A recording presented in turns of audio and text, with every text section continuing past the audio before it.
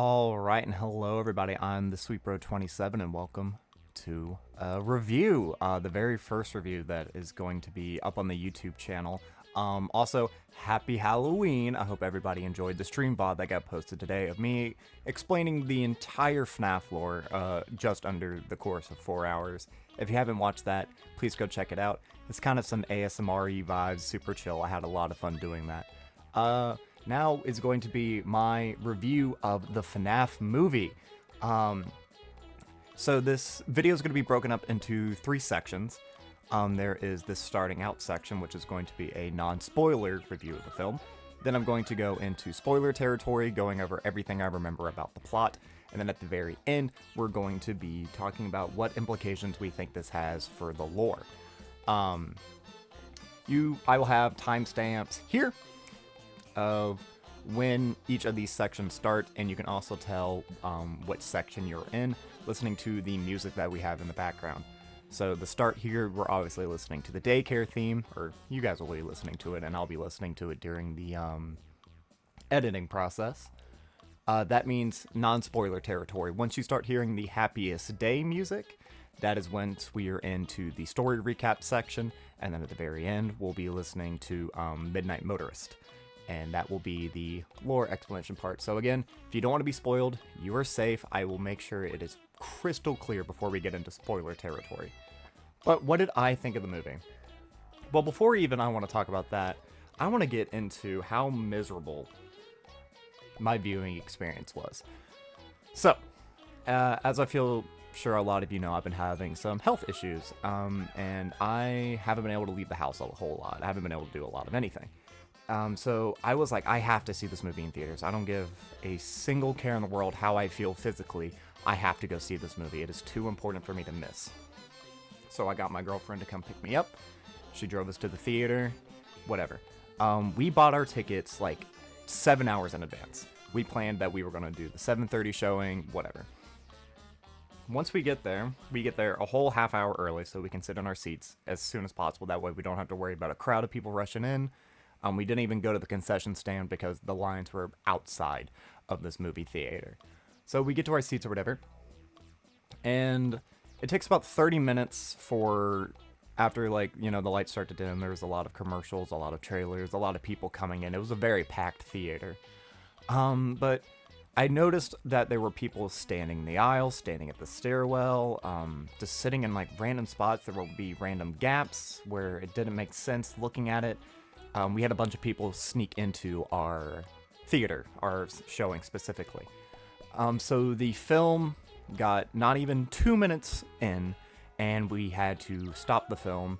The manager, or I'm assuming it was the manager, some guy in a nice outfit, he had to come into the theater and check every single ticket one by one of a packed theater where there was maybe 12 empty seats in total, one by one, and then he had to get entire groups of people to get up, go back to where they were, had to kick out several people.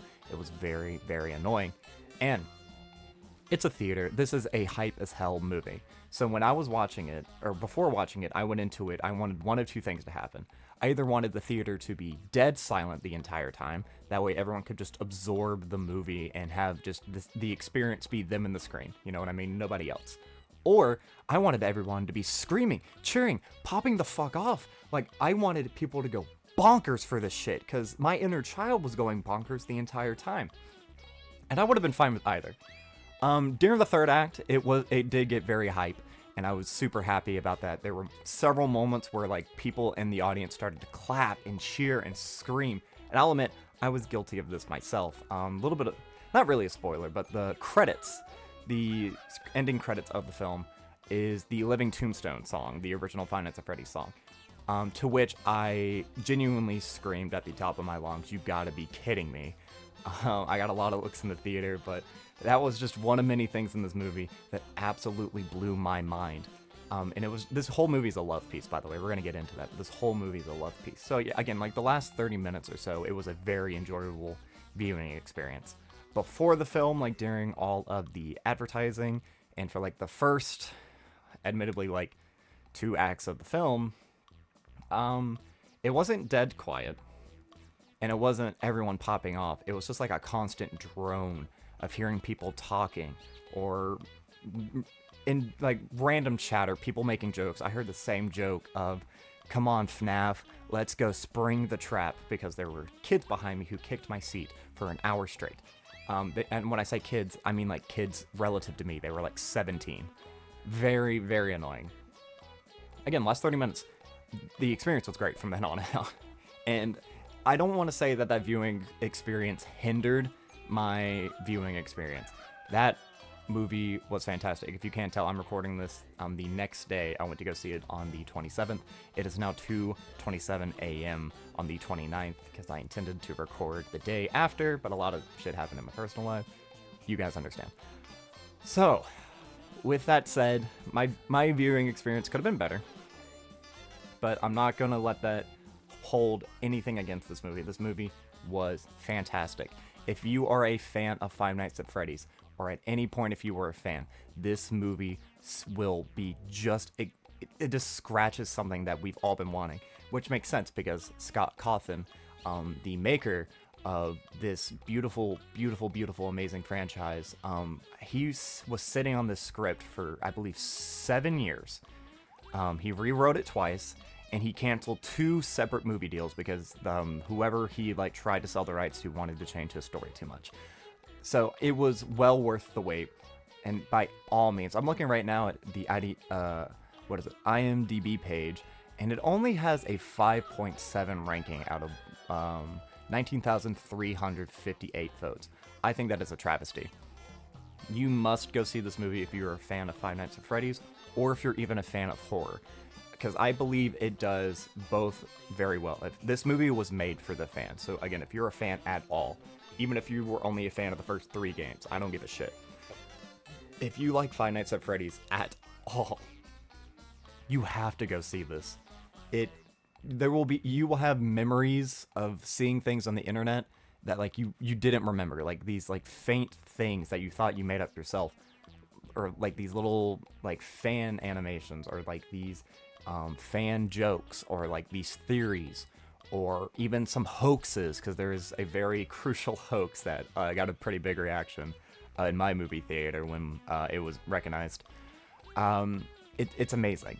The acting was pretty much every actor. We'll get into it a little bit more here in a moment, but I feel like every actor did a very fine job.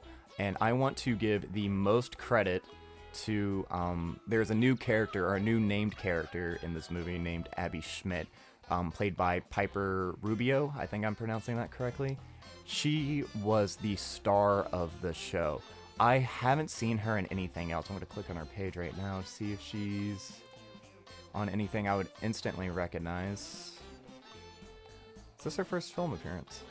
No, she was in something called Unstable. I've never heard of that. And Holly and Ivy, I've never heard of that. But she was just the star of the movie. When she needed to be emotional, the entire theater felt her emotions. When she was funny, almost every joke she had landed. And she was just she seemed very comfortable on screen. You know how like sometimes when you watch a movie with like children actors, you're like, they don't really know what they're doing, or you have to like kind of give them some slack because they don't have like the acting experience. No. Again, Piper Rubio, she stole the show. She was definitely my favorite performance in the entire movie. Josh Hutcherson, I think is how you pronounce his name. I know him. He was PETA in the Hunger Games movies. Oh my gosh, he was in Journey 2 with The Rock. That's insane. That's such a old memory that I have from going to like Red Boxes as a kid to rent that for a birthday that I had. He obviously plays Michael Schmidt. I felt his performance was very good.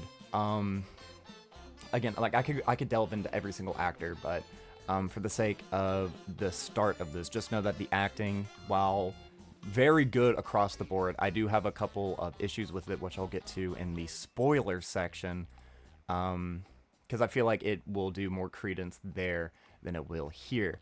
The cinematography, at first, I wasn't too sold on it. There were a lot of really like close-up shots.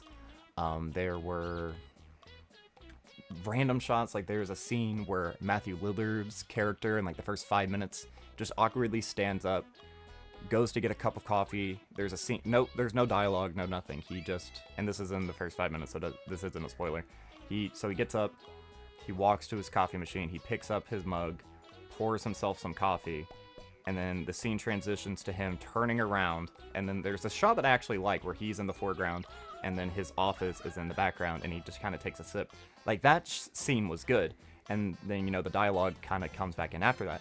But there's just, like, this weird, like, 22 seconds of just random shots that don't head to anything. Like, did we really need to see Matthew Lillard stand up, walk across this office, grab a mug, pour it full of coffee, and then a scene of him turning around, and then another cut to where the camera is pulled back a little bit so he's in the foreground. A little bit weird. I wasn't sold on it at first. As we got further and further into the movie, the camera shots, they got way more ambitious. There's one scene in particular that I really love. It's of the pizzeria itself, and the camera just zooms in to the Freddy's logo at the top of the building, and then it goes through that logo, and then you're into the pizzeria, right in the middle of a scene. I fucking loved that scene. It was awesome. Now that we're talking about, the logo, let's talk about the set design and the animatronics. Everything in this movie is, oh my gosh, it just oozes personality. It is Scott's Games, but in real life. Everyone has seen the animatronics on Twitter. Like, their life-size Dawko hugged Freddy at one point. Like, so there's so many cool things like that came from the set. All the sets were made. I don't fully know if they used any CGI for the animatronics, but I feel sure they had to at some point. Or, the animatronics, they were actually suits, and sometimes there were actors inside of them. Kind of like what they did with Willy's Wonderland, where there were some scenes where it was robots, but primarily most of the moving scenes was just an empty hollowed-out suit that somebody was in. But there may have been some CGI. If there was, I didn't notice it with the animatronics. Again, I've only seen the movie once, and it's been well over a day since then, so I'm having to remember a lot of the things that I internalized. But overall, everything looked great.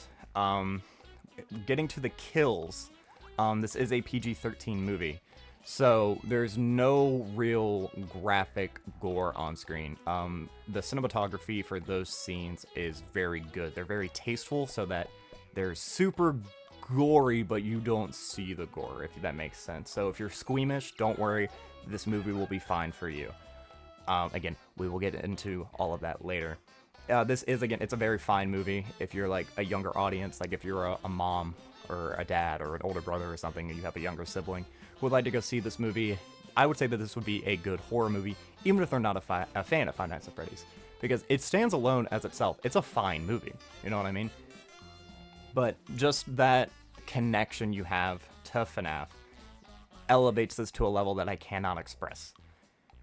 Is there anything else I really want to mention? The atmosphere was great throughout. Again, it's very creepy, but it can be funny at times. There's that signature Scott Cawthon trolling style humor. There's some very funny dry humor in there too, where it's just people, like these actors acting like real people, which is very refreshing. And outside of one performance, again, we'll get into that, everybody just acted like normal people. Like, I could believe this whole world that we were in. Again, Josh Hutcherson, and really, again, I have to go back to Piper. She stole the show. She was just funny all throughout, and she was the best actress in the movie, like, genuinely, hands down. And again, very down to earth. Like, the humor was like humor you could very easily see happening with real people. There were genuine interactions where that, you know, someone's awkward or someone's being assertive or whatever. It was just fun. It was very fun watching all of that go down. The music was also very good.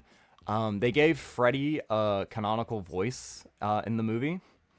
It's not like the horror or that we would expect. It's kind of like a Chuck E. Cheese-esque voice.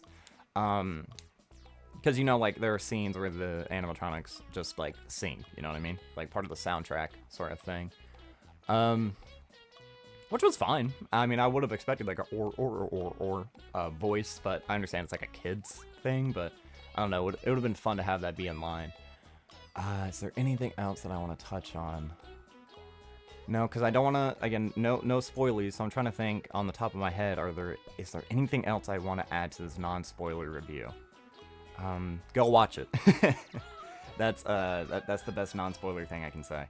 Um, I guess I can say for non-spoilers, if you are not a Five Nights at Freddy's fan, I would say this movie is a 7 out of 10. It was sufficiently creepy, very funny. It doesn't drag like this movie. You know, like some horror movies you watch, they feel like they take forever to get to the good part. This entire movie was enjoyable from start to finish. There's enough for horror fans while not being too much for a younger audience. There's enough implied gore to get, like, you know, everyone super excited to see some violence while not permanently scarring a child. I feel like there is a perfect middle ground met between hardcore horror and, you know, how Five Nights at Freddy's has kind of moved towards horror intended for children, like with Security Breach and so on. So I think even though, you know, I personally would have liked the movie to be rated R, so there would be some select scenes that could be more graphic, or we could have maybe had some more language, or maybe have a couple of different references to other fan works or anything, like any other Easter eggs. But as it stands, 7 out of 10, go watch it. Alright, now this is going to be the end of the non-spoiler part of the video. This is your spoiler warning, this is your last warning. If you have not seen the movie and do not want to be spoiled, click off of this video right now and go watch it. It's on Peacock. You can go see it at your local cinema. Do something. Go watch it right now. Alright, everybody who didn't want to be spoiled, are you gone? Because this is your last chance. Spoiler warning, I'm going to go into heavy spoil territory here. Okay, ready? 3, 2, 1. So the Five Nights at Freddy's movie, it starts off kind of right in the middle of some high-paced action. There is a nameless security guard trying to twist the knob off of a vent, like a lug nut sort of thing. And he's desperately, he's afraid. You hear banging on the door, and the camera pans up. You see the door has been barricaded, but something is desperately trying to force its way in. He's able to unscrew the vent with his hand and crawl through the vent. He finds a door which is jammed, which will be very important. This very same door gets jammed like 3 or 4 separate times during the movie. And we just hear dum dum dum dum dum dum dum. We get a POV camera shot running towards this poor security guard. We hear a slashing sound, and then it cut to black. When the black fades back, the man is thrust into a chair with these metal shackles being fastened around his arms and his chest, and mechanical whirring starts to rev up. And it is here where we see that a Freddy Fazbear animatronic faceplate is slowly moving towards the security guard with several buzzsaws around the eyes and mouth area in particular, slowly creeping their way to him. Again, his hand restraints, there are the same lug nuts that we saw on the vent, so he's desperately trying to unscrew them. He gets one hand free, but he isn't quite able to get the second one off in time. We hear him scream as the camera pans away, and we have the title card, Five Nights at Freddy's. I find that very interesting because, you know, in the first couple of games, you were actually stuffed into suits by the animatronic, so it's kind of nifty seeing what that might have looked like in action, you know, that you actually get picked up. You get thrust into this thing, which is supposed to hold an endoskeleton, and then, you know, have a mask forcibly shoved onto your face, for the only part of you that would see the light of day again would be your eyes and your teeth as they pop through the animatronic mask, as the wise phone guy once said. The opening credits, it is very cute. It's the, like, Atari style, primarily the Atari style of Five Nights at Freddy's 4 was the vibe I got. Because it's very bright and colorful, but I wouldn't say it was as bright and colorful as, say, like the baby minigame in Sister Location, or the Michael Afton turning into purple guy at the end of the custom night of the same game. After that, we smash cut to our protagonist, Mike Schmidt, again played by Josh Hutcherson. We get kind of like a weird little opening montage. We see him that he has a bottle of pills. We never see the name of the pills, but they are explained what they do in just a little bit in the movie, like halfway through the second act. He's also rewinds a tape as he starts to get ready for work. He also introduces Abigail, or Abby Schmidt, or Abs as he lovingly refers to her, who is his younger sister in the film. They live together, and she has this little fort, and it is established very early on that Abby has imaginary friends that she talks to, and that she draws a lot. And it is explained that children understand more about drawing because they don't know how to express themselves through words. That is a very important part of the film, and that will come back later and during the third act. So it's clear that Mike is down on his luck. He doesn't look to be super well off. He has holes in his socks. He's desperately trying to put on a tie, and he's being late for something. And he needs Abby to get dressed immediately, to which she does not seem too interested in. It is assumed that he has to be at work, and she has to be at school. After this, we get a Matt Pat little cameo or reference because Dream Theory is brought up. There is a book that Mike is obsessed with, and it's all about dream theory.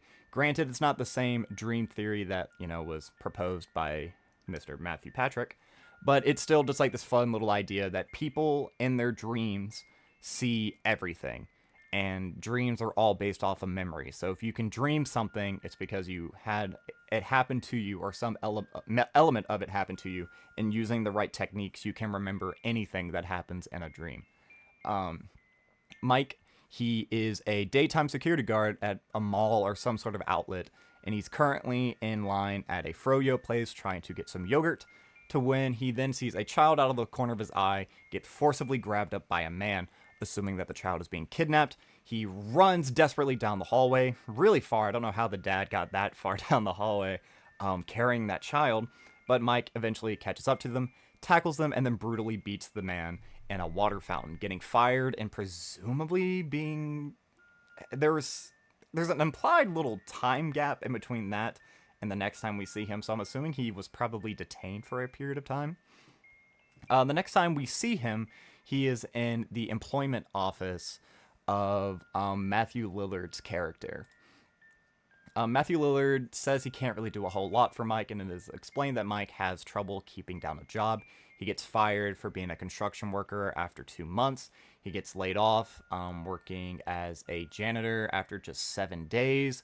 And Matthew Lillard is like, I really can't do a whole lot for you. As he looks at the resume to see our character's name, he goes, Mike Schmidt. And then he looks up and he pauses for a deep second. And this entire interaction, you can tell that Matthew Lillard's character is really not vibing with Mike here, but something about the name kind of resonates with him. And then he gets up, he offers him a coffee. He then sits down and says that there's this job that he can guarantee him. The pay is worse, but don't worry, the hours are even worse. It's this whole thing talking about working at this old debunked place because the owner was super rich and can't let go of it, even though the place shut down during I think they specified the early 90s. The film takes place in 2000, I believe, is what the opening time card said. I may be misremembering that. Mike says that he is unable to work night shifts, presumably because he has to take care of Abby. Matthew Lillard hands him his business card and says if you have a change of heart, to give him a call.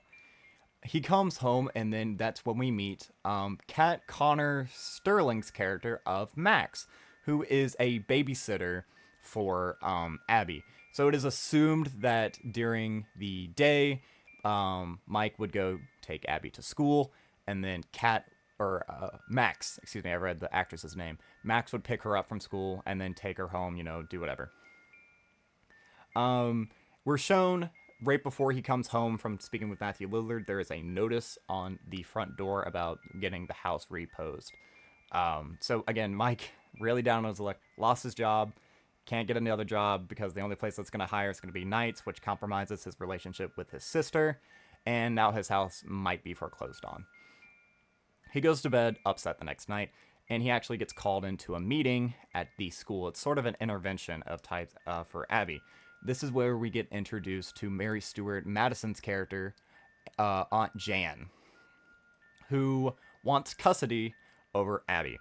The reason that it's an aunt, it is explained that sometime in the past, Mrs. Schmidt dies and Mr. Schmidt runs away from the family because he can't grieve. It's explained that, the aunt only wants Abby for the government checks and does not actually care at all for Abby, something that Mike is very adamant about.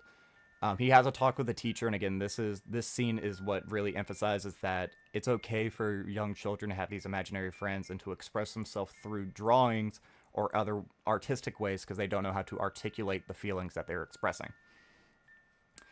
We time cut just a little bit further ahead, and I'm trying to remember what happened next or if it's of any importance. Oh yes, it is of any importance. We find this scene of, it's a dream sequence where young Mike is with his parents and a little brother named Garrett. The mom, Mrs. Schmidt, told Mike to watch over Garrett. There's a frisbee thrown. Mike goes to go get it, and he turns around and he sees that his little brother is in the backseat of a purple car. He tries to chase after him, turning into adult Mike, but he cannot catch up to it. He then wakes up, and we repeat the cycle. He takes some of his pills, he rewinds the tape, and he has this poster of Nebraska that he always looks at. Again, this will all come to be important later on. So when he was at the meeting with the teacher and his aunt, the aunt had a attorney who was one of the funniest characters in the entire film. I don't think he was ever given a name. I'm currently looking at the roster, and I don't see him immediately, so I'm just going to assume he went unlisted on the credits here. But he's very funny. And they hand forceful custody orders saying that Mike doesn't even have a job, so any attorney of law or judge will instantly see this whole situation and give over custody. It is at this point that Mike recalls up Matthew Lillard and says, all right, hey, I need the job. Max overhears all of this. The next day, after his first night on the job, nothing really happens. He has another dream, Mike. During this whole dream sequence, it repeats several times, and it's very interesting because each time we see it a little bit more and more. I was a little bit worried about this upon my first viewing because I was like, oh, this is kind of contrived. But it comes back around at the end. I thought they were just doing this random repetition for no reason. But he falls asleep at the job, and he has the exact same dream, seeing a little bit more this time because there are these 5 children also present in the dream. They laugh at him almost. One has this weird crown on their head with 2 spikes. One has a hook for their hand. One is holding a cake, and then there's one that's standing prominently in front. He chases after them after they run away. He trips on a rock and then wakes up. The next morning, we are shown a scene of the aunt, her attorney, and Max, the babysitter, and her boyfriend, presumably, talking in a diner called Sparky's. There were several references to Sparky the animatronic. He actually has a full bodysuit later in the film. So that hoax that we all saw, Sparky the dog hiding in the Parts and Services room during Five Nights at Freddy's 1, he's now technically canon. That's awesome. This is also where Matthew Patrick, the best fucking liar in the universe, this is where he has a cameo scene. He's just like this random waiter at this restaurant. Just having this cute little funny scene. He gets to say the thing, but hey, that's just a theory. It's fucking beautiful. The whole theater ripped and roared. I was really pissed off because I got spoiled for that, because the night before I was doing my whole stream, explaining the Fnaf lore. Again, that got posted today. If you haven't watched that, please give it a viewing. It's something super chill to have on in the background. As I was promoting my stream on Twitter, aka X, the second I opened it, the clip of MatPat was there, which really pissed me off, so I did get spoiled about that. It is explained during this scene that the reason Max took the babysitting job for Mike here is because the aunt set her up to find some criminal activity and would give her $200 if she found any concrete proof that could get the child to her. She found nothing because she's actually quite fond of Mike, and she's very uncomfortable during the scene selling out her friend for only $200. This is when her boyfriend suggests killing Mike, but eventually they settle on going into his new place of employment, which is Freddy Fazbear's Pizza, just trash the entire place, break everything, make it seem like he's incompetent because, he forgot to lock up. He gets fired, and then without a job, they bring that court order to the judge, and boom, custody is handed over. We then snap cut to that night. Mike is having yet another dream. This time he chases the child who has a hook in their hand He actually gets stabbed by this hook when he catches the kid because the kid impales him in the arm. And the kid has blood, black goo of some sort leaking out of their eyes. He then he falls out of his chair and waking up, and he hears this buzzing sound on a outdoor doorbell or PA system of some sort.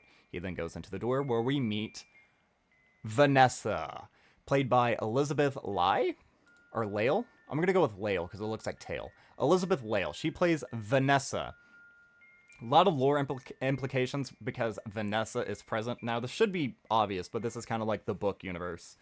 Because, like the Silver Eyes, Fazbear Frights, Tales from the Pizzaplex, and the games all take place in separate universes. It's like Spider-Man, where there's like canon events that like have to happen, but they can happen in severely different ways.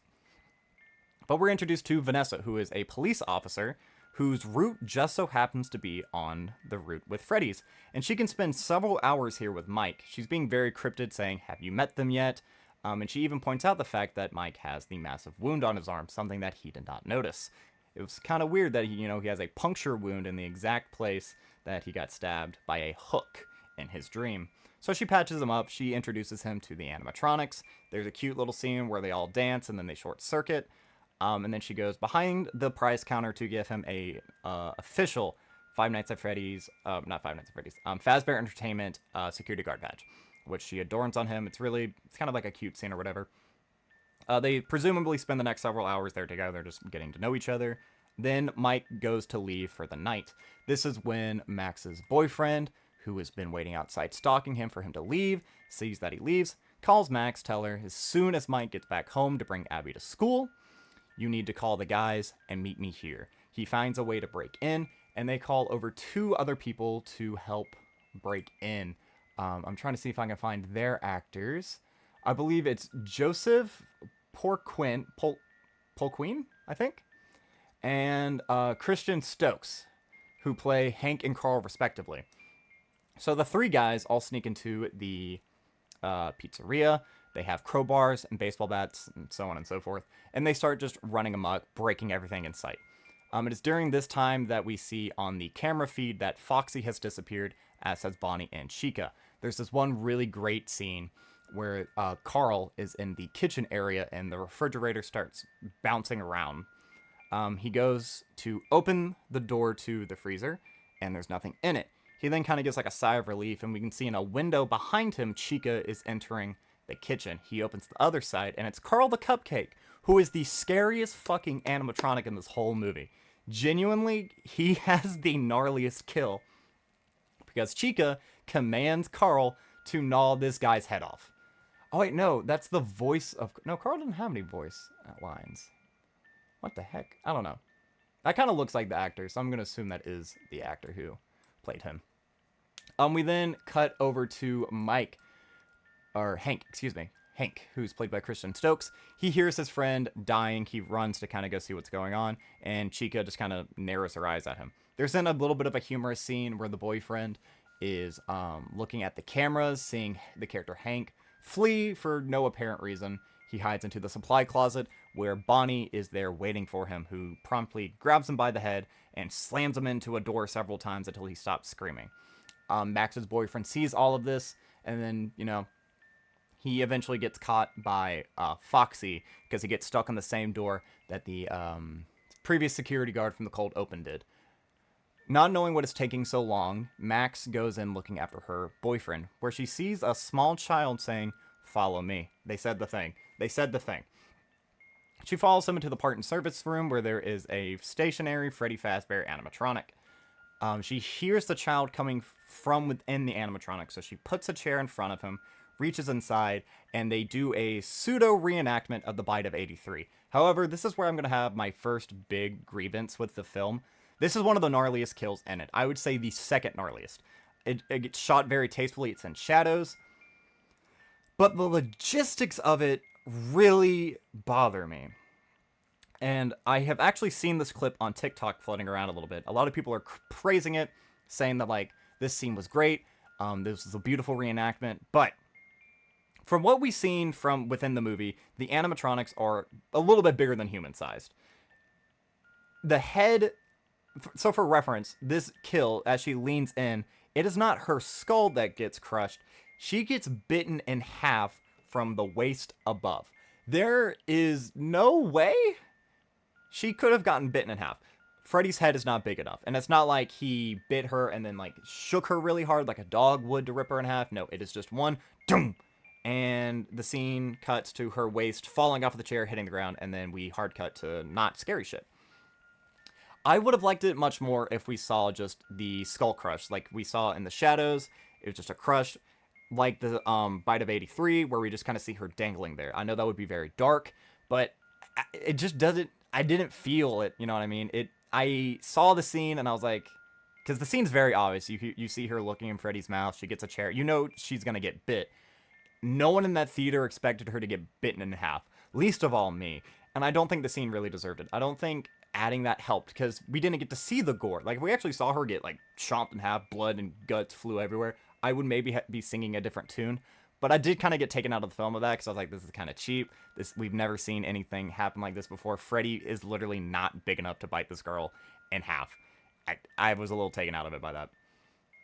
And then Hart cuts over to Mike back at the house, desperately calling Max because, you know, he has to go to work and he needs someone to watch his little sister, who desperately wants to go to Freddy's, by the way.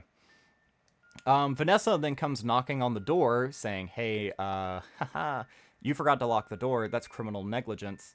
And I caught you sleeping on the job with these narcotics that you've been taking.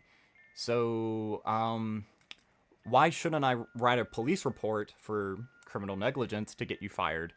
And I think she implied he would also get arrested. He then goes on a walk with Vanessa to explain why he's been taking these sleeping pills, why he always listens to these nature sounds, and why he carries a poster of Nebraska everywhere. Again, the whole point of dream theory is that if you dream it, you can see it. And he keeps seeing the back of the man who kidnapped his brother, and he's obsessed with finding Garrett's killer or Garrett's kidnapper. He doesn't really know if Garrett is alive or not, but this one incident tore his family apart because eventually he never recovered from it. There's a lot of trauma that is shown throughout this. And then ultimately, like, between losing his brother and losing his mom, the dad ends up abandoning him as well at some point. A lot of really sad shit. And he explains that he just needs these dreams. And he knows that deep down he can find his brother's killer. And it's at this point Vanessa does some very shady things. And this is where I do just kind of want to talk about this. I have no problem with Elizabeth Lail's performance. I have kind of a problem, though, with how Vanessa is written. Throughout the entire movie, she's the only character who I would say doesn't act like a human. She acts like a character who was written to be in a story. There's a point later in the movie where she just threatens to shoot Michael. Like, she literally says, I will shoot you. And that's not a very police officer thing to say. In any regard. And we'll talk about this a little bit later, but she's trying to warn Mike about several things, but why not just go out and say it? Like, I understand the big twist. We'll get to the big twist, and I'll explain why she maybe thought this way during the big twist. But it's kind of stupid. Like, all of it is really stupid, in my opinion. Again, she played the part fine. Like, I think she was one of the better performances. It's just I did not like how her character was written. She was kind of like a weird exposition bot, but, like, not really. She's kind of just this odd character. Like, when she first meets Mike, she goes, you need to quit, because most people don't see themselves being here in 10 years. Okay, that's kind of elusive that, you know, she wants you to quit. He then asks her why, and she goes, have you met them yet? Then proceeds to turn on these animatronics and then just kind of play around with him. She never gives him a straight answer, which, again, I understand why, because of the twist, which really isn't a twist, but, like, kind of is a twist. There's just too many conflicting things. I feel like they didn't exactly know how to write her. I would have liked it if she was either entirely mysterious or she was supposed to be like this loving support character for the Schmidt family. They try to do both, and I feel like both sides suffer as a result. They have this very sweet conversation, though, at this lake where Mike tells her about all of his grief. She then throws his sleeping pills into this lake, saying no more sleeping on the job, which is kind of fucked up. Like, Vanessa, you know he's strapped for cash. Medicine is not cheap. Like, come on, dude. You just saw that he's taking care of his little sister. Like, come on, dude. Like, come on. What if he could use those? He could use them to sleep during the day when he gets off of his shifts, which is something that they don't really ever address. Like, he always sleeps at night, which is like, okay, a little lame, but we'll get past that. The next scene though is very fucking funny. He proceeds to go to a pharmacy to get more pills. The pharmacist behind the counter goes, "You know what always helps me sleep? A nice warm glass of milk." And he's gonna say something else, and then Mike just grabs the pills from him, and the pharmacist goes, "Man, what an asshole!" Fucking phenomenal. Everyone in the theater bursts out into laughter. And then we go back home. He's calling Max again. He still can't get a hold of Max. That's because she's chomped in half. Little does he know. So with his hands tied behind his back, he has to bring his little sister. Now he tells her by no means is she allowed to leave his office and that she has to go to sleep. Oh, to her credit, she follows that for a little bit. Not until 4 a.m. does she sneak out because she hears one of her imaginary friends. It is at this point that we see the animatronics out and about moving. They all circle around Abby, waking up Mike, who's having yet another dream about his brother, where the children are actually communicating to him now, asking, "What will you give us if we tell you who the man is that took your brother?" So he runs in there after hearing her scream, and the animatronics are tickling her. And they are her friends, the friends that she has been talking to. She's actually drawn pictures of them in like one of the starting scenes of the movie. So this was foreshadowed very early on. And it is also explained a little bit later, but I want to get to this now, so don't forget. The kids in his dream are the same kids that are in the animatronics. So, Mike is a little creeped out by all of this. He says that, they may be dangerous or whatever. But they're her friends. She draws them a picture of a carrot. No, she draws them a picture of a heart and gives it to Bonnie, to show that they are friends, and then they leave for the night. There's then this very emotional scene that takes place the next day after they're having a lot of fun, where Mike tries to open up about Garrett, something that has been very difficult to him the entire time with, Abby. And it's like this, again, I cannot give Piper enough credit, because this was kind of painful to watch, how it's like sad and uncomfortable. This young actress, how old is she? Does it say on her IMDb page? No, it does not. Well, but regardless, for like that young of an actress to be able to have that wide range of emotions and like do such a good job of being funny, at being charming, and just fucking everything. Great performance. But she's able to like talk. There's this one line she says where Mike says, "I try not to talk about him too much," and she just kind of looks down. She goes, "Mom and Dad didn't either." Like that shit just like kind of broke my heart. She never got to meet this other brother. Some really sad shit. And Mike is able to kind of put all the connections together, realize the children in his dream are the children that are her imaginary friends, and her imaginary friends are ghosts possessing the animatronics. He then asks her so many questions like, "Have they told you where the man who abducted my brother is?" And she goes, "They don't like to talk about it. All they know is that there was a man. No, all they know is that there was a yellow rabbit." Which we, as the audience, know what that is, but in universe, there hasn't been anything of a spring trap yet. So it's now the next night, yet again. Mike has to bring Abby again. As they're playing, though, Vanessa shows up. Again, kind of being a little bit ominous, being purposely vague with some of the things that she says. Then they all have a very cute montage of them building a fort. Like, the fucking animatronics are picking up chairs, putting down chairs, and there's one scene where Bonnie gets so tired that he falls down on his back, and Abby goes to check on him, and he just gives her a thumbs up to tell her that everything will be alright. Like, that was a very fun and cute scene. It's, like, really the only, like, montage section in this whole film. But it was very cute, and I greatly appreciated, like, the little character interactions. We also get to see a deeper side of Vanessa as she's staring at some wall art of a yellow rabbit holding 5 children's hands. She kind of, she's freaking out a little bit, and she excuses herself to go to the back room to find a roof for their fort. It is here where we see a spring lock animatronic suit, which resembles 2 characters that have been shown prior in the Fnaf universe. First of all, there is Ballora. She resembles Ballora to an extent, and it's also kind of implied in Sister Location that Ballora is a spring lock, or there is a spring lock adjacent animatronic that you get stuffed into on night 4. Or it's the animatronic from the Fazbear Frights 1:35 a.m. They look much more alike. Um, and it's here as well. Vanessa, again, is being weird. Uh, she shows the spring locks, like, breaking a broom handle in half, to which Michael says, you knew all these dangerous things were here and you never told me. He's saying this because he didn't want Abby to get hurt. But Vanessa then answers, I'm not the one who told you to bring her here. Very clearly angry at his decision to bring his little sister here. They have another similar little dialogue like this that goes on for a bit. Ending when Abby accidentally electrocutes herself. They revive her. She's okay. And then as they're leaving, or Vanessa forces them to leave, and this is where Vanessa's like, if you ever bring her back here, I'm going to shoot you. She's very angry. She's very guttural about it, showing that there's a little bit more going on that she's aware of than Mike is. And Mike is aware that he's being kept in the dark. So they drive home the next day. And then it's at this point where Mike has to make a very difficult decision.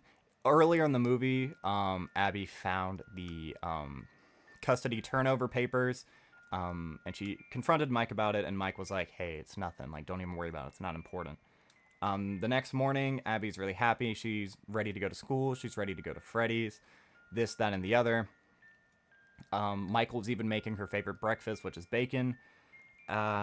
And when she really excitedly runs into the kitchen, there's this, like, kind of gut-wrenching scene where the aunt emerges, and without even listening to a single word, she just says that she hates Mike and runs away.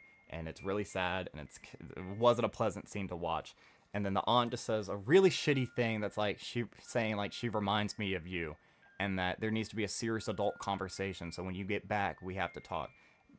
She was a nasty character, but she played it so well. Mary Stuart Masterson, she played the character beautifully. Like, everyone wanted her to be hated. So Mike goes off, and then he comes back to go to work.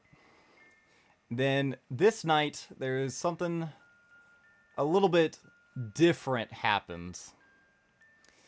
So he has yet another dream where he sees his brother, but his brother's not kidnapped. His brother is eating, and his mom tells him to sit down.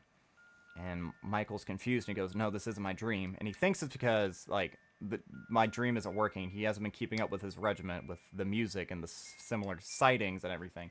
But no, one of the ghost children shows up and goes, we can rewrite your history. We just need her. We want Abby. You give us Abby, we give you Garrett. And in a moment of weakness, he says yes. Then he's suddenly, like, teleported into the middle of this forest, where he says that he regrets his decision, and then all of the ghost children take turns slashing at him, brutalizing his body. We then cut to what is a golden Freddy animatronic entering the Schmidt household. Now, Aunt Jan is the one taking care of Abby at this time, but Abby hears someone call out for her. She leaves the room and just sees a small child saying, come on, let's go to Freddy's. We see, which is kind of disappointing because, again, she was such a nasty character. I would have liked to have seen Mary Stuart or Aunt Jan kind of get brutalized in a way. You know what I mean? Like, we'll see here in a minute but like, Max, who was arguably nowhere nearly as bad of a character, got a way more gruesome death. The same with, like, Hank, Max's boyfriend, and especially that guy who got his cranium chomped off by Cupcake Carl. Like, didn't, you know what I mean? Like, fucking didn't deserve all that shit. But we literally just see her legs. We don't see any blood. We see nothing. It's a little bit disappointing. But it leads into one of the greatest scenes of the movie, which is Abby and Golden Freddy getting to a taxi cab that is driven by Corey Kenshin. Now, 2 surprise cameos. We knew Dawko was Employee of the Month. We knew that DA Games was an Employee of the Month. We knew, like, 8-Bit Ryan. All these characters, we knew that they were there. But Matt Pat voiced genuine sadness when he said he wasn't in the movie. He lied to us like a fucking goat. Now, I don't watch a whole lot of Corey Kenshin, so I couldn't speak if he said anything on the matter. But seeing him got a huge reaction out of the audience, including me, because I kept saying he deserved to be it, because he is like a cornerstone of Five Nights at Freddy's. Now, after seeing all of this, I believed that Mark would have made an appearance too, Markiplier. Doing a little bit of research as to why he doesn't make a cameo, just in case you're wondering. I believe he was filming his own movie, Iron Lung, at the same time or a similar time that this went into production. So I think Markiplier almost certainly would have had a cameo if his schedule permitted it. But it just, if I'm remembering correctly, the schedules clashed. But Corey drives them to Freddy's.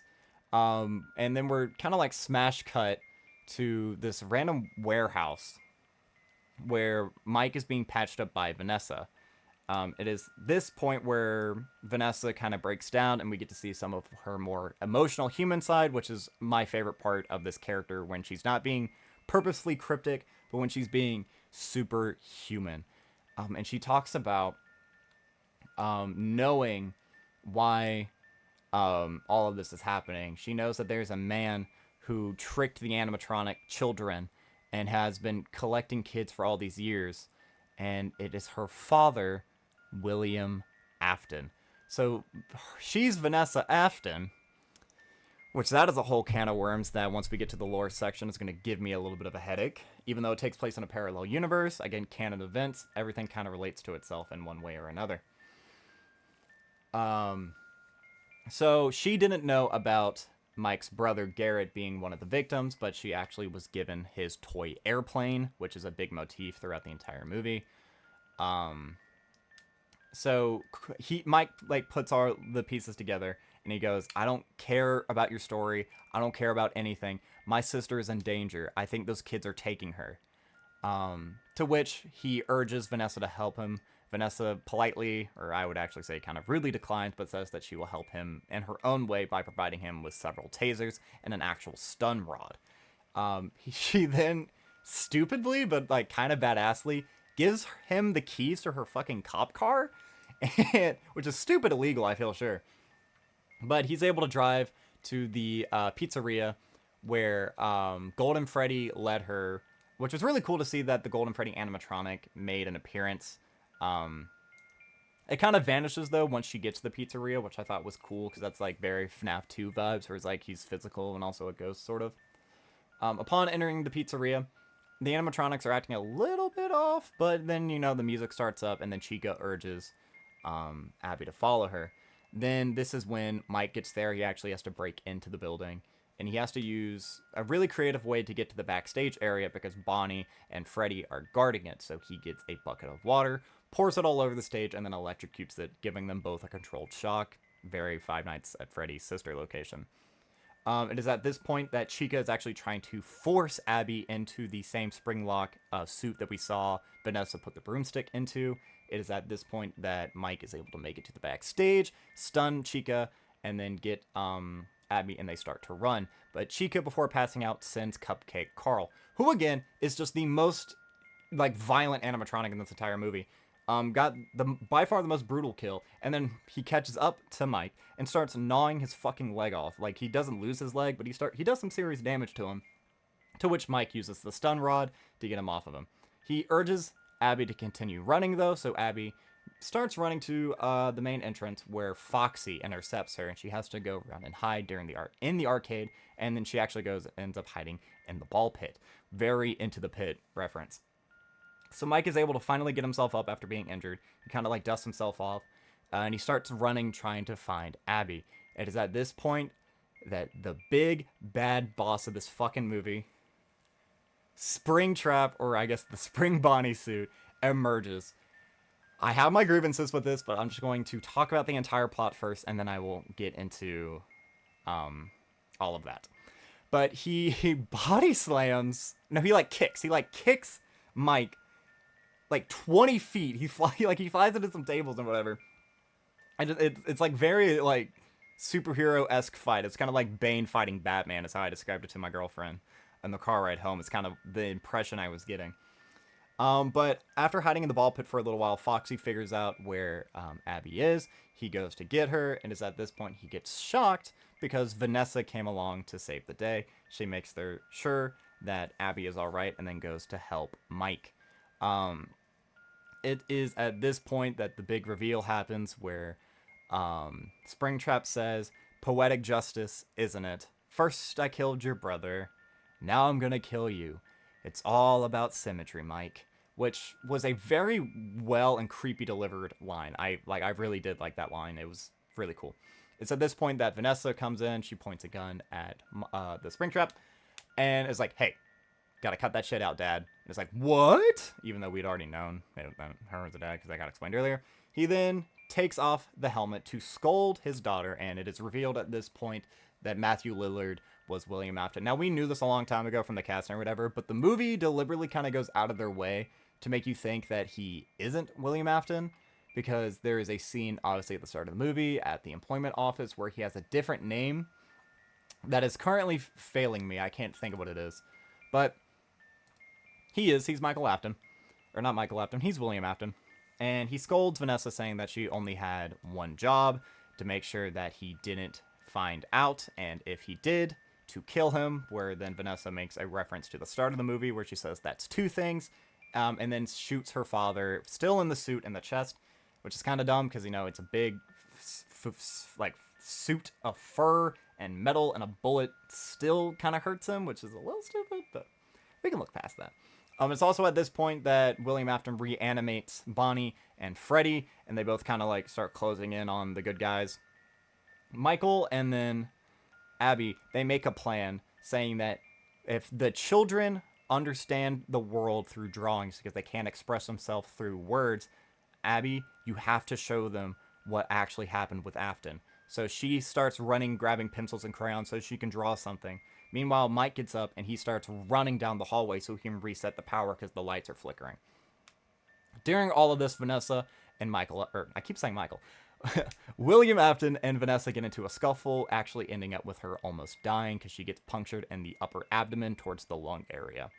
After stabbing his daughter and throwing her on the ground, he notices Abby out of the corner of his eye. He runs to go apprehend her, and it's at this point that Michael is able to reset the power, and she is able to slap up a picture of a golden Bonnie stabbing 5 children. It's at this point that all 4 animatronics, Freddy, Foxy, Bonnie, and Chica, slowly circle in on him while he berates them, saying that they're just like rusty robots and they're musty. Not my favorite villain dialogue ever. But they then kind of hold him in place and they force a spring lock failure, killing, or almost killing, our iconic villain. Now, the best part of the movie, my fucking Matthew Lillard holds the spring Bonnie head above his head. He goes, "I'll always come back." And he puts it on, and then Foxy drags him to the back room. Michael is able to scoop up Abby. He's able to hoist Vanessa over his shoulder, and then they leave the pizzeria. At this point, there's a really cute scene where it's like sometime in the future, it's shown that Abby's able to like start to hang out with her peers again, having a good time. It seems that like it's going to be a stable sort of thing with her and Mike from here going on. And she talks about missing her friends in the car ride home from school, saying that she really wants to go see them again sometime soon.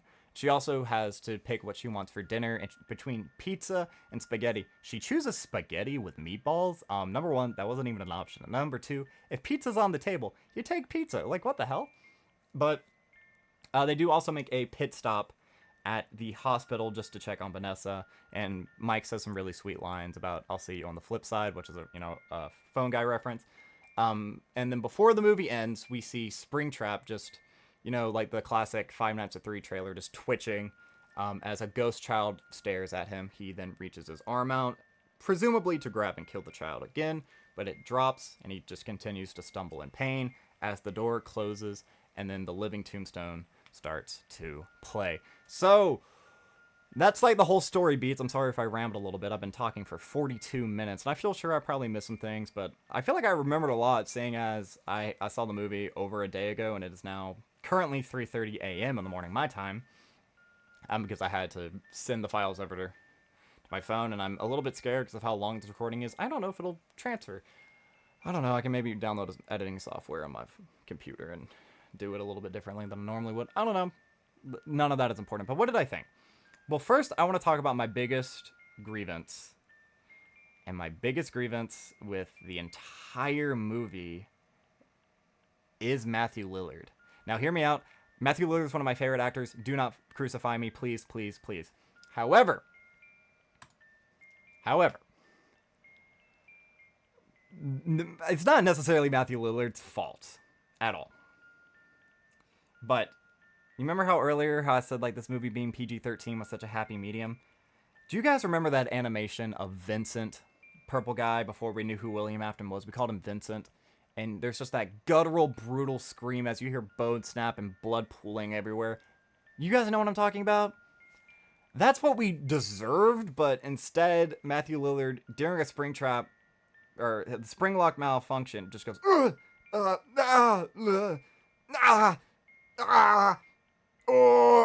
And it was kind of cartoony, and again, it kind of took me out of the moment. Like, it was supposed to be this really cool, badass moment, and I just didn't fuck with it.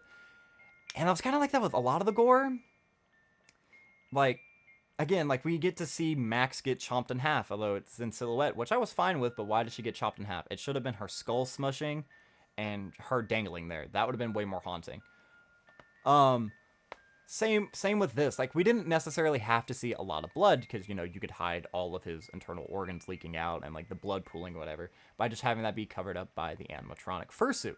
But his screams were so, like, he sounded like he was winded, you know? It didn't sound like he was in agonizing pain, which is, like, the books. Like, if you've read any of the books, like, a springtrap malfunction is fucking devastating. Only one person has ever survived it, which ironically was William Afton from the Silver Eyes trilogy, but he had these massive scars and lacerations across his entire body for the rest of his life. I think he also developed a jaw deformity. But that scene was kind of a little bit lame, I'm not gonna lie. But the rest of the scene was really cool because, like, the whole pizzeria kind of, like, implodes on itself because there's, like, lights falling everywhere.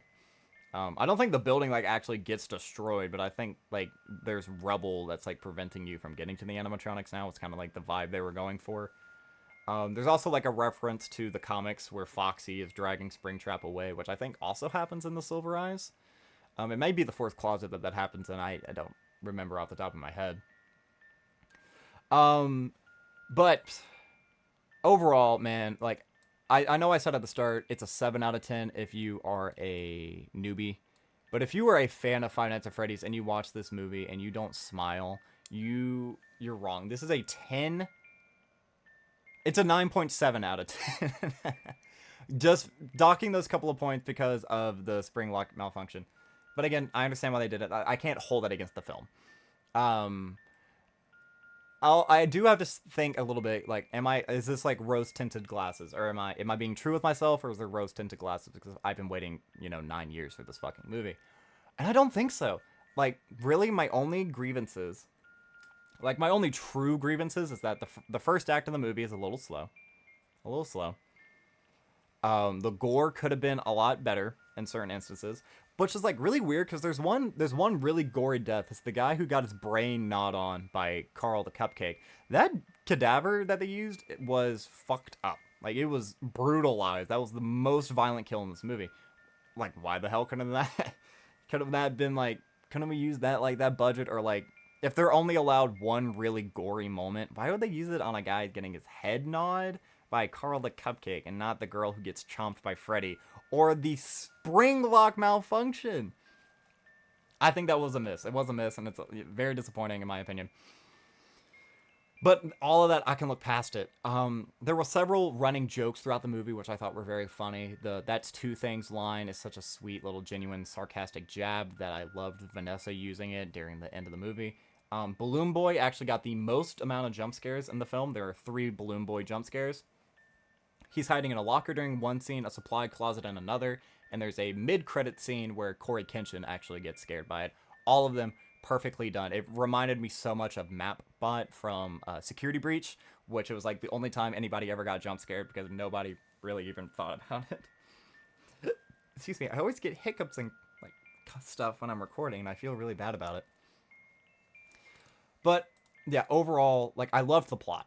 I thought the whole dream thing was going to be, like, really painful to sit through, but I was thoroughly enthralled by it because you got to see a little bit more of it every single time. And the last dream we see is what Mike wants to see. You know, it's what he wants to hear. And I really did enjoy that aspect of it. And how, like, the ghosts were manipulating him so much so that they could get to Abby. so he could have trade up his sister for his brother, but he had to move on. I thought all the messages were really great. Like, I thought the messages about grieving and how, like, you can't ever forget your past. Scars don't go away, they stay with you. It's about learning how to deal with them and accept them and still love who you are. I thought that was a really good message. I liked the messaging about family, about love, about assuming responsibility. There were just so many like things that I really enjoyed. Um, I like it's hard. I don't often say that like a message in a movie I enjoy because I like a lot of messages, but either movies are like too preachy nowadays or they just kind of shoehorn in something at the very end so that if a child's watching it, they get to feel like good at the end and you could pretend that it's educational. But I didn't feel like that. I saw that we genuinely saw Mike struggle to keep his sister so much as to he's going to get a job that he hates and he's going to compromise. He was going to compromise like his whole sleeping thing because the very first night he didn't bring his pills, he didn't bring his audio, and he didn't bring his poster. It was only once he was there for 2 or 3 nights that he did. And I like the idea of being like vulnerable because there were a couple of scenes where like characters opening up about things was nice, and I like seeing that, especially with like how taboo there is, like the stigma there is around being like having mental illness or grieving and not wanting to talk about it. I feel like every scene that talked about emotions was handled very well. There was like the starting scene with the school and the aunt literally called Piper mentally ill and said that Mike was like a deadbeat and shit, like not being like the reason that the stigma exists because people will look at you without seeing what you go through. They just see how you present. They don't see the struggle behind it. And it's not fair. And that right there proves that she's unfit to take care of Abby. She's doing it genuinely just for the money. But, you know, Mike is able to like be like, I'm going to prove you wrong. I'm a better caretaker. He stands up for his morals and he stands up for his family. And I know you could say that like they kind of spin in the face of that because he's like, I'm going to give up my sister for my brother. But at the time, he was being very emotionally manipulated. And I feel like that was important for also like the story of like, you can't, for the grieving part of the story. And Vanessa has this very similar same moment. She knew damn well that her father was a murderer. And it is even implied that she is a part of it, seeing as she knows every single security guard who's come in through that place and knows that they quit within the week. But they don't actually quit, they go missing. And she knew about the dead kids all along, so being able to stand up for herself, I thought was pretty well done, in my opinion. Because it could be, like, how she stands up for herself can be used in, like, multiple situations. Like, I don't want to, like, get dark about it, but you could say the whole standing up and realizing that, like, people who've hurt you in your past, you are strong, you have a voice to stand up for yourself, and you are powerful. No one can make you... No one should be able to make you feel like you don't have any power in a situation. So that scene where she actually shoots her dad and she struggles to, I actually like that scene.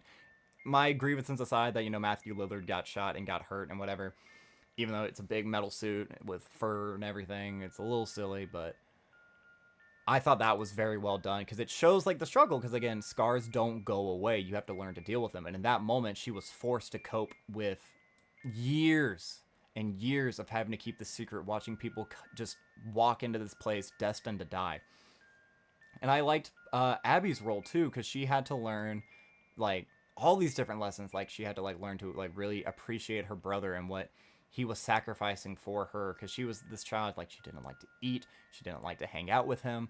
But like through going here, they actually like developed a relationship outside of I'm keeping you alive just so that you can be alive, and her being I'm going to live under your roof because you make me live. They learned to like genuinely love and appreciate each other, and by the end, that was super heartwarming and very, very well done. So yeah, 9.7 out of 10. That's from my initial viewing. If you listen to me talk for 52 minutes and 31 seconds, I would like to say thank you. But now we are going into the theory territory, and what does this mean for the rest of the franchise going onward? If you don't really give a rat's ass about that, feel free to click off the video. But if you'd like to hear me theorize, now is your warning. Click off the video right now. Alright, so this is now the theory or lore relevant part of the video. So if you skipped from the spoiler free section to here just because you want to hear some ideas, or if you're still joining us from, the theory or listening to the whole lore part of the movie breakdown, or if you're here just to listen to all the lore implications and how I would decipher them, welcome back, or welcome in the first place. So there are a lot of implications. I want to get rid of the two easiest ones first, which are kind of the two most loaded. The fact that Vanessa is related to Afton and the fact that Michael is not. Now again, this is a separate universe, so you can take all of this with a grain of salt. But ever since the survival logbook came out, right after Sister Location, we always assumed that Michael Afton took up the pseudonym of Mike Schmidt, who is in this movie to fix the sins of his father. And the fact that Mike Schmidt sees Michael Afton in front of him and is like, not like dad, and like it's confirmed they are completely different families, throws a lot of what we understood about the character into contention. So was Mike Schmidt genuinely just a random ass guy named Mike Schmidt? Does that mean that Jeremy Fitzgerald from the second game also wasn't just a pseudonym for Mike Schmidt or for Michael Afton? Like, were they just truly random people who got roped up into these weird situations? And Vanessa being related to Afton, if you believe in the Greg bot theory, which if you're unfamiliar, it is from Security Breach. You play as a character named Gregory, and you can find yourself in a room with these animatronics who resemble other characters. There is a William Afton animatronic, there is a headless animatronic, which is supposed to represent, again, the fan-given name Evan Afton. There's a baby animatronic, which is supposed to be Charlie,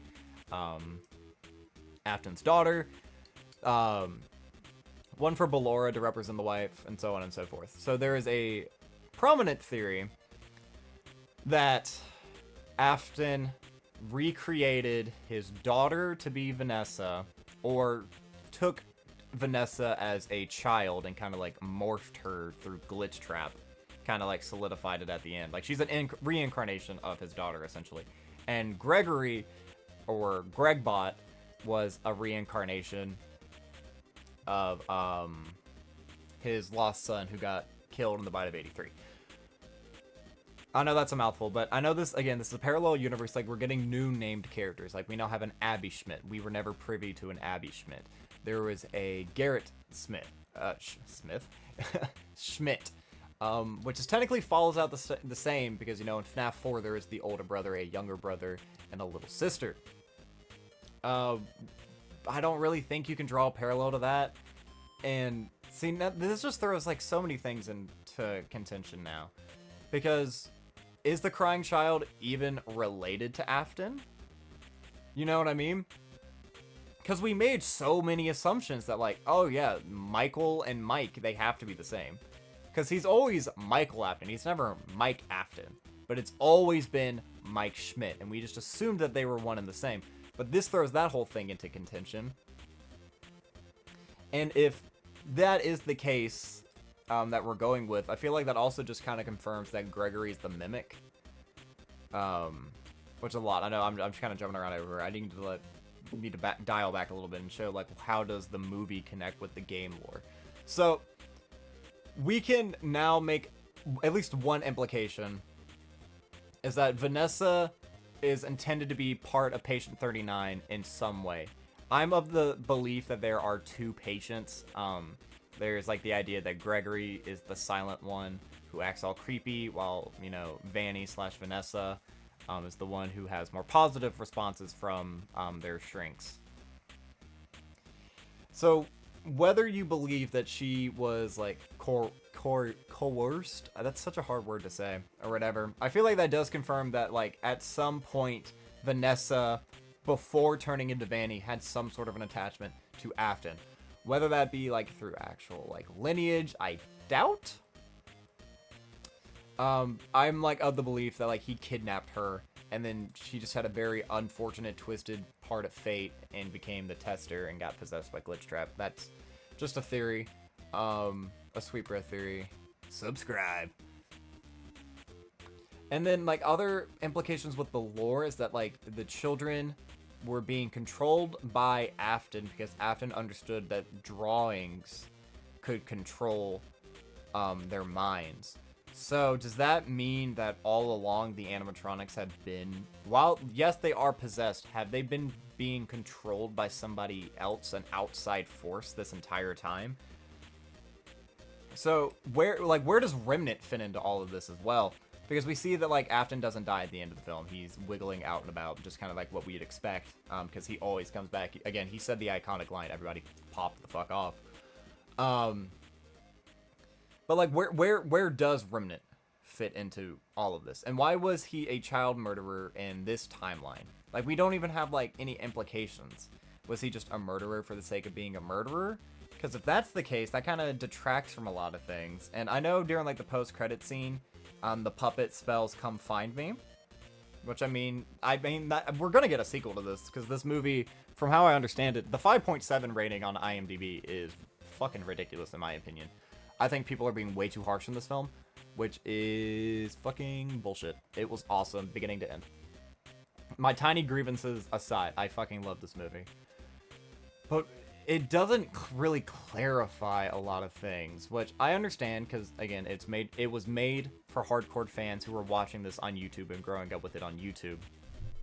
And nothing is ever going to just be like, hey, here's exactly what you need.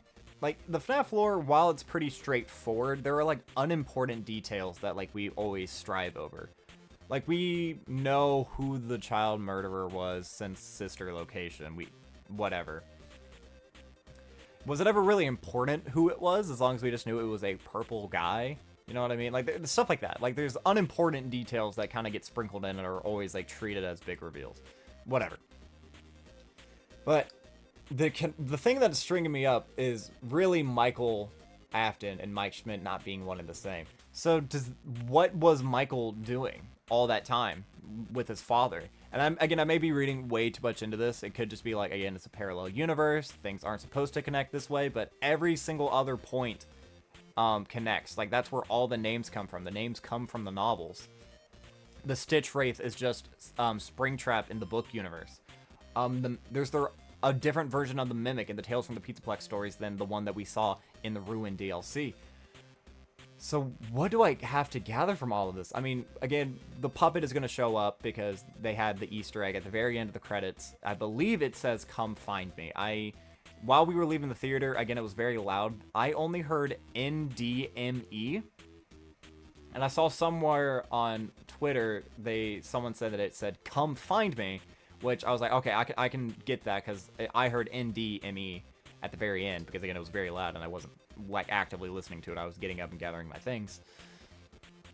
So with the puppet being a part of this now, and like Golden Freddy didn't really get like a resolution, so although he was shown to be like in a Phantom-esque form, very Cassidy-like, the one who he should not have killed, I think it would have been kind of cool if we saw Cassidy do that, because, you know, then that would kind of be like what fans would kind of like to see. Like, could you imagine like Golden Freddy's the one who made the spring lock trigger? That would have been pretty nifty.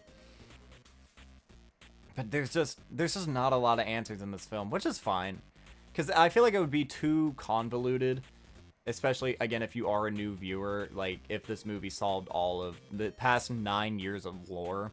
But, again, we now have, like, some interesting parallels we can make. So Mike and Michael might not be the same person, and I kind of like that, and I kind of don't. It's just I don't know what to make of it.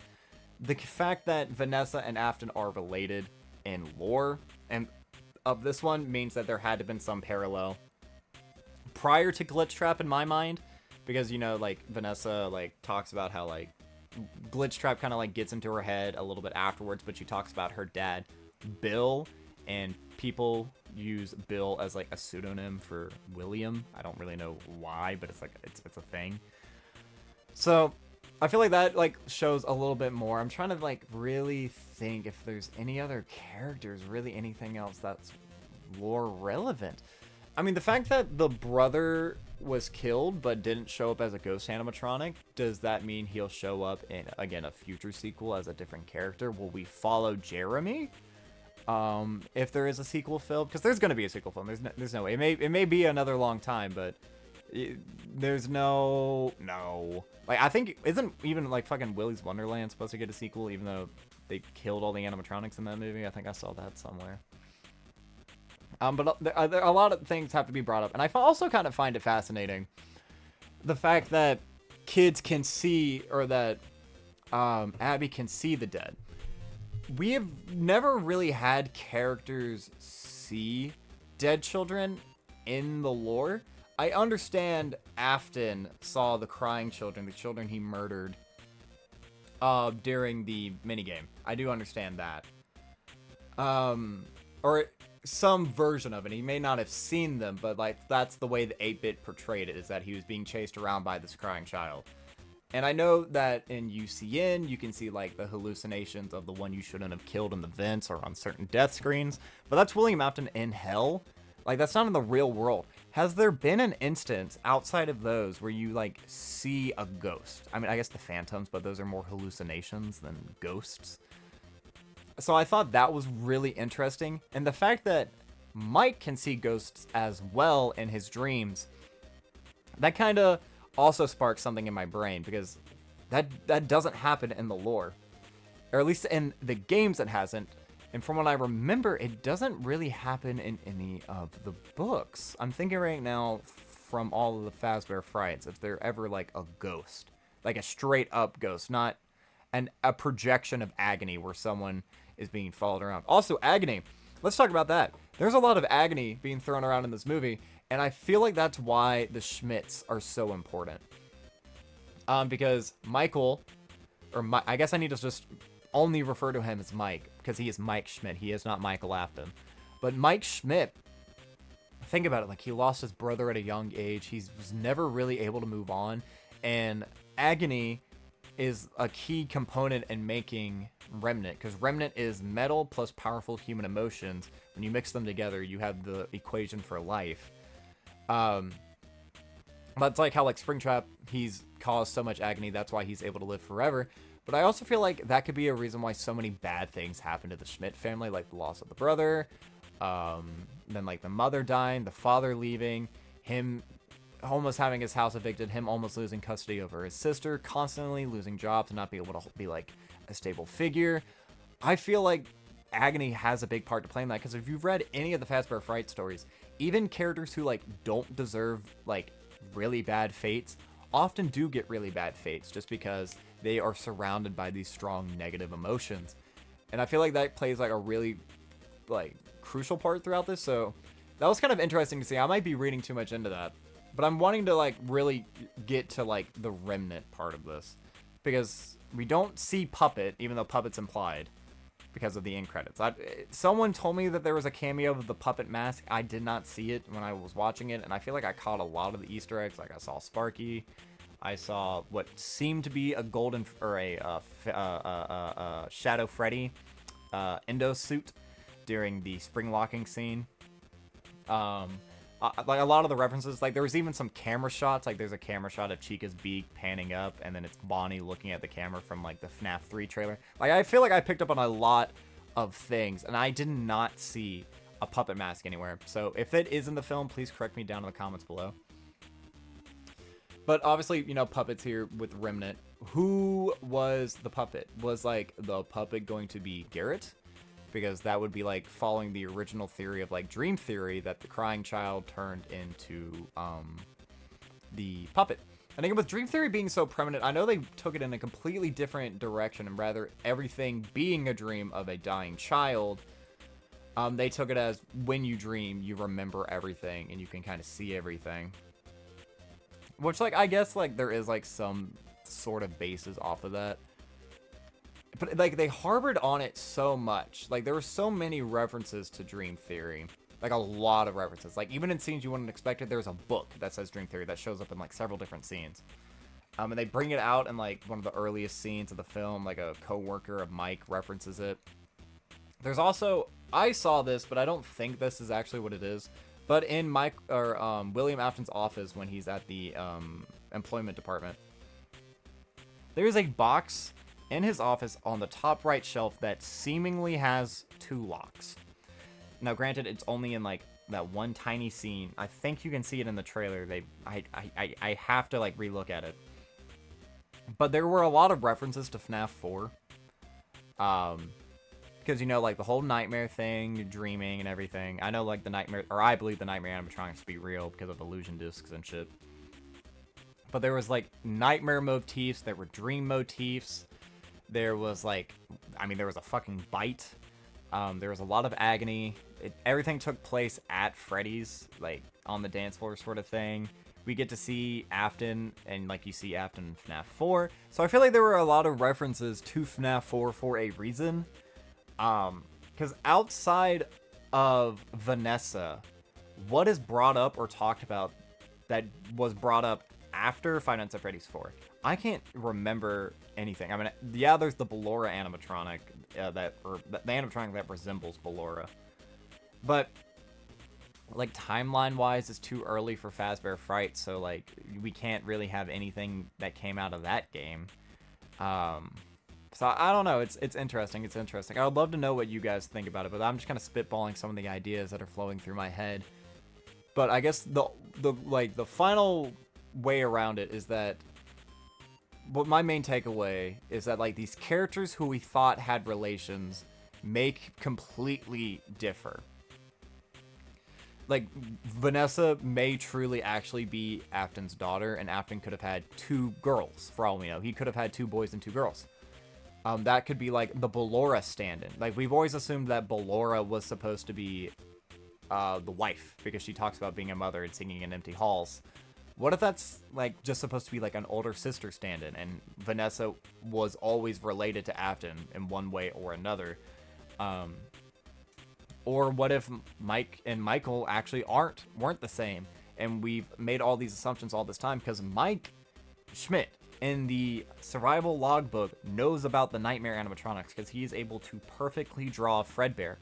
So does that mean that it is a pseudonym or it's not a pseudonym? I mean, the fact that they don't recognize each other kind of does make me think that these are just isolated incidents with isolated characters, which is fascinating. And I also find it fascinating, again, how like the animatronics are being controlled. Is that something that can actually happen in the lore?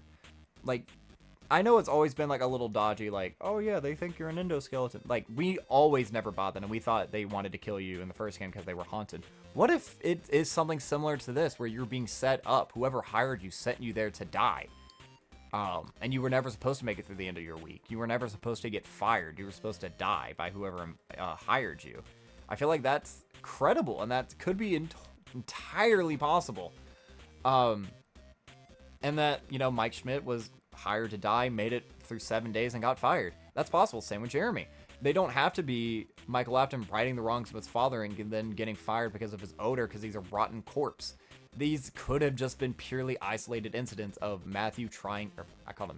of William trying to get more kills. And it's fascinating to think of like that, because all along, was he controlling these? Because, you know, tampering with the animatronics has always been a reason for you getting fired. What if you're getting blamed for Purple Guy's actions? You know? So many ideas, And I want to know what the William Afton in this universe was killing kids for. I want to know. Because obviously he has some understanding of Remnant. Because he understands that the animatronics can reanimate, and he's not afraid of that, and he's not afraid to mind control them either. So he has an understanding of agony and Remnant. That's cool. That's great. But why and how? Is he just a serial killer for fun? Or, you know, because there's so many things. I'm so curious. I'm very excited to see everyone's opinion on this down in the comment section below. But I've kind of just been spitballing. This is going to be a long fucking video, and it's going to be a pain to edit. But I hope everyone enjoyed this little review. Please let me know how you felt about the format and everything. I know it's just like a blank picture background. I'm nowhere nearly talented enough to have like clips from the movie because like there aren't like really publicly available yet. I'm pretty sure you have to wait till like the Blu-rays come out before like fair use is like a thing. That way you're gonna get from like a legitimate source. I don't know how that stuff works really. But this could be like something y'all just listen to, and I'd be really appreciated if you did. And if you want to see this for other things like video games, like a review on video games. I could do like reviews on other forms of media. Like if you're here, you're probably here for Dragon Ball. I could do reviews of like Dragon Ball stuff. Sally Face is one of my favorite games of all time. I could talk about that game genuinely for hours and give like a whole breakdown of that game, and that would be fun. But if you have any tips or pointers, please help me out. You know, I'm just a little guy trying to make it big in the world. I'm still trying to figure things out. But I think that this was fun. I had fun. I hope you had fun. I'm gonna go edit this now. And just in case you're wondering, it is now 4:21 a.m. in the morning. This has been over 2 hours in the making, and then it's gonna take me like another 5 to edit this, even though I don't really do like any editing. I'm just bad at what I do. But that's okay, you know, because you live and learn. But I hope you guys enjoyed this. Again, happy Halloween, and I'm spoiling you guys today. So this went live at 6 p.m. Eastern Standard Time, and just 3 hours from the time that I upload this video. For you, it'll be much sooner than that if you made it all the way to the end. I'm posting a Halloween Dokkan video. So that's right, you got 3 uploads today. You have the VOD from earlier, where I explained all the Fnaf lore of the games and slightly the books. Then this video, which went up at 6 p.m. and you're gonna get one more video. So just a shitload of content for you guys to enjoy because, you know, it's Halloween, it's special time. I hope everyone has a very, very happy Halloween. Let me know how your Halloween was as well in the comment section down below if you made it this far. Just remember, be safe, you know, don't do anything stupid, have fun, stay spooky. But that's going to be all for this time, guys. I have been the SweetBro27. I'm a variety Twitch streamer and an up-and-coming YouTuber trying to make it big in the world. I have a Twitter, a Twitch, and a TikTok, the links of which can be found in the description of this video. And while you're down there, don't forget to like and subscribe. And please leave me comments. Tell me what you think or anything. I would love feedback. I love it when you guys comment. It makes me feel awesome. But that's going to be all for this time, guys. So as always, I have been the SweetBro27, and I'm signing off.